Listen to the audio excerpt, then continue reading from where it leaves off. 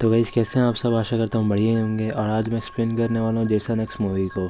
ये मूवी एक science fiction slasher movie है। ये मूवी रिलीज़ हुई थी 2001 में और इसकी IMDb रेटिंग है 4.4। मूवी की शुरुआत नियर फ्यूचर के समय होती है। हम कैम्प क्रिस्टल लेक पर बने गवर्नमेंट रिसर्च फैसिलिटी को देखते हैं और जिसमें नोटेरियस किलर जेसन वॉरिस को कैद किया गया है।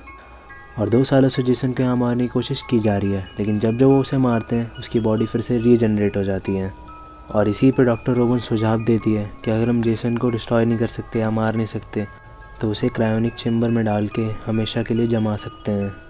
लेकिन लालची साइंटिस्ट डॉक्टर विमर जेसन की हील होने की एबिलिटी पे रिसर्च करना चाहता था, जिससे इंसान भी उसी की तरह रीजनरेट हो सकें। डॉक्टर विमर कुछ सोल्जर्स के साथ जेसन को उस लैब से शिफ्ट करने आए थे और तभी उन्हें पता चलता है कि जेसन वहाँ है ही नहीं, वो वहाँ से फ्री हो चुका है और उसकी जगह स्टाफ मेंबर की बॉडी लटकी हुई थी। और फिर जेसन एक एक करके सारे सोल्जर्स और साइंटिस्ट को भी मार देता है और अब सिर्फ रोवन ही जिंदा बची होती है। वो जेसन को देख के क्रायोनिक चैम्बर की तरफ भागती है और जेसन भी उसके पीछे पीछे इस रूम में आ जाता है। रोवन किसी तरह जेसन को चैम्बर में धक्का देके वो चैम्बर बंद कर देती है और फ्रीजिंग प्रोसेस एक्टिवेट कर देती है, जिससे जेसन धीरे धीरे जमने लगता है। और इससे पहले रोवन भाग पाती, जेसन अंदर से ही उसको स्टैब करके मार देता है और जिससे वो गैस पूरे रूम में फैल जाती है और जेसन के साथ रोवन की बॉडी भी उस क्रायोनिक चैम्बर में फ्रीज हो जाती है। और इसके बाद सीन करीब 400 साल आगे शिफ्ट होता है। अर्थ पॉल्यूशन के कारण तबाह हो चुकी है और बचे हुए लोग पहले ही दूसरे प्लैनेट पर जा चुके हैं। इस जगह हम कुछ रिसर्च ग्रुप के स्टूडेंट्स को आते हुए देखते हैं जो दूसरे प्लैनेट से यहाँ आए होते हैं। ये ग्रुप उसी चैम्बर में एंटर करते हैं और जिसमें जेसन था उसे ओपन कर देते हैं और जेसन अभी भी बर्फ़ में जमा होता है। और तभी प्रोफेसर कहता है कि हम इसकी बॉडी को म्यूज़ियम में रख सकते हैं और इन्हें यहाँ रोवन की बॉडी भी जमी हुई मिलती है। इनके साथ एक रोबोट भी होती है जिसका नाम होता है KM।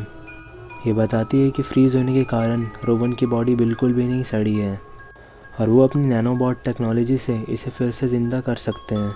और हाँ, ऑब्वियसली फ्यूचर में उन्होंने इतनी तरक्की कर रखी है कि ये मरे हुए लोगों को भी ज़िंदा कर सकते हैं।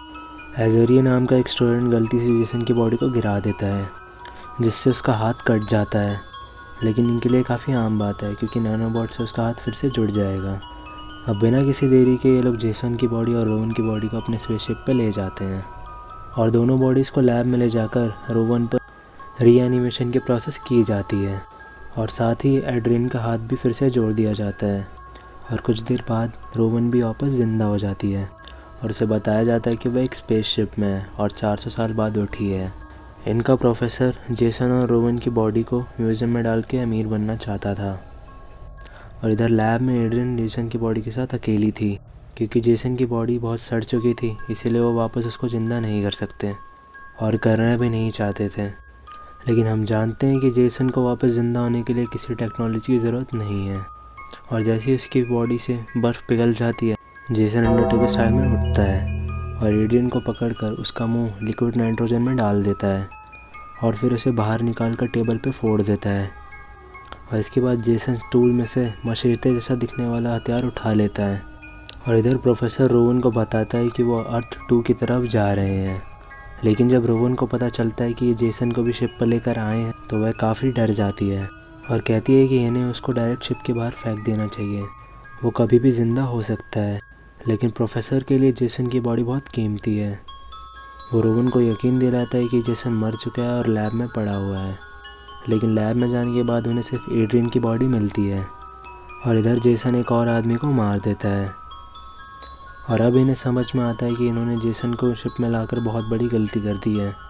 सार्जेंट ब्रॉड्स्की, जो यहाँ की मिलिट्री फोर्स का लीडर होता है, अपनी टीम को इकट्ठा होने के लिए बोलता है और उन्हें चेतावनी देता है कि शिप पर एक किलर घूम रहा है।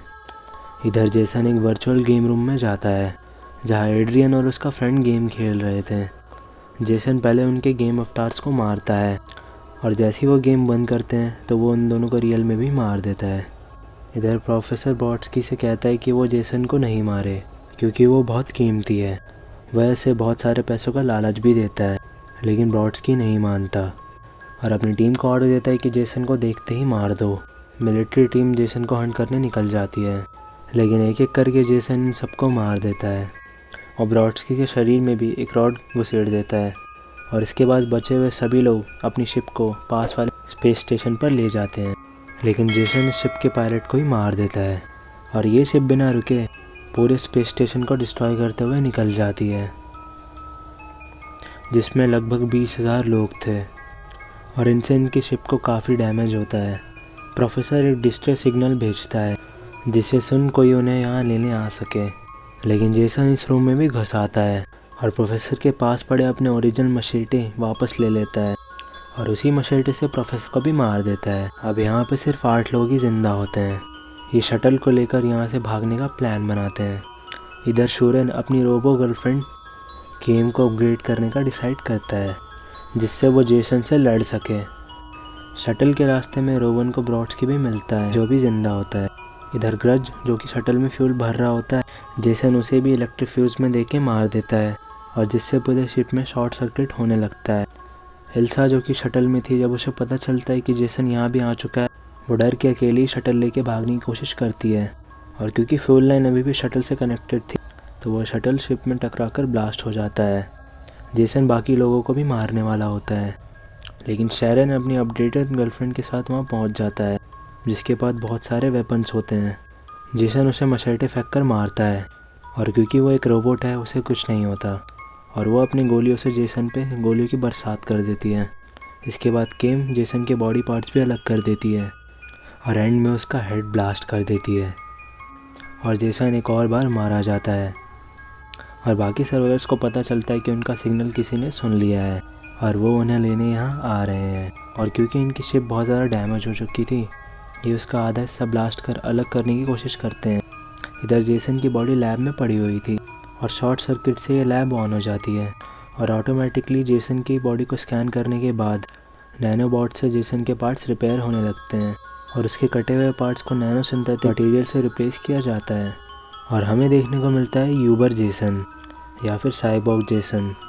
जेसन पहले ही इतना पावरफुल था और वो अब तो आधा रोबोट बन चुका है, जिससे बेसिकली वो अब अनस्टॉपेबल किलिंग मशीन बन गया है।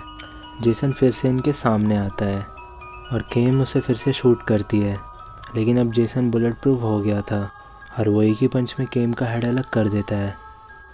बाकी लोग भाग के शिप के दूसरे हिस्से में आ जाते हैं और बेल लैंडर जो जेसन के साथ पहले हिस्से में था, रिमोट से बॉम्ब एक्टिवेट करके पहला हिस्सा पूरा ब्लास्ट कर देता है और जेसन के साथ खुद भी मर जाता है।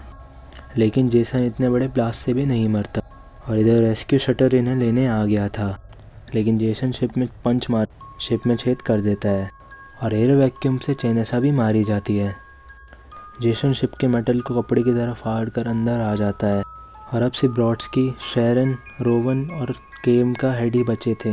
ये तीनों रेस्क्यू शटल में जाने की कोशिश करते हैं, लेकिन ऑटोमेटिक गेट्स ख़राब हो गए थे और ब्रॉडस्की शिप के बाहर जाकर उसे मैनुअली ओपन करने की कोशिश करता है। शैनन जेसन को भटकाने के लिए गेम रूम में क्रिस्टल लेक की फ़ाइल अपलोड कर देता है और जेसन को ऐसा लगता है कि वो क्रिस्टल लेक पे आ गया है, जहाँ वो 2 लड़कियों को मारने में बिजी हो जाता है और जल्दी जेसन को पता चलता है कि उसको पागल बनाया जा रहा है। इधर ब्रॉडस्की गेट ओपन कर देता है। शैनन और रोवन शटल में एंटर कर जाते। जेसन भी इनके पीछे जाने वाला होता है, लेकिन ब्रॉडस्की उसे रोक लेता है। पायलट शटल को लेकर शिप से दूर चला जाता है और वो पूरी शिप ब्लास्ट हो जाती है।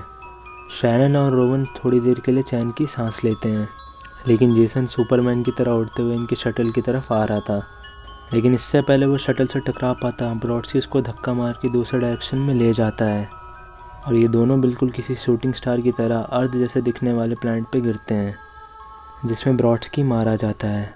और मुझे नहीं लगता कि जेसन स्पेस से अर्थ में भी गिरते हुए बच सकता और जेसन भी जलकर राख हो गया होगा। हम अर्थ 2 पर 2 टीनेजर्स को देखते हैं जो कि उसी शूटिंग स्टार को देख रहे होते हैं और मूवी यहीं पे ख़त्म हो जाती है। तो अब बात करते हैं इसके कुछ फैक्ट्स के बारे में। और यह आखिरी फिल्म थी जिसमें केन होडर ने जेसन का रोल किया था और केन अकेले एक्टर हैं जिन्होंने जेसन का रोल 3 मूवी में किया है। केन होडर ने जेसन के अलावा फेमस स्लैशर सीरीज हैचेट जिसमें विक्टर कावली का रोल किया है। तो गाइज़ ये थी जेसन एक्स मूवी और उससे रिलेटेड कुछ फैक्ट्स। तो अगर गाइज़ आपको वीडियो ज़रा सी पसंद आई तो वीडियो को लाइक करें और चैनल को सब्सक्राइब करें। मैं मिलता हूँ तब तक के लिए बाय बाय।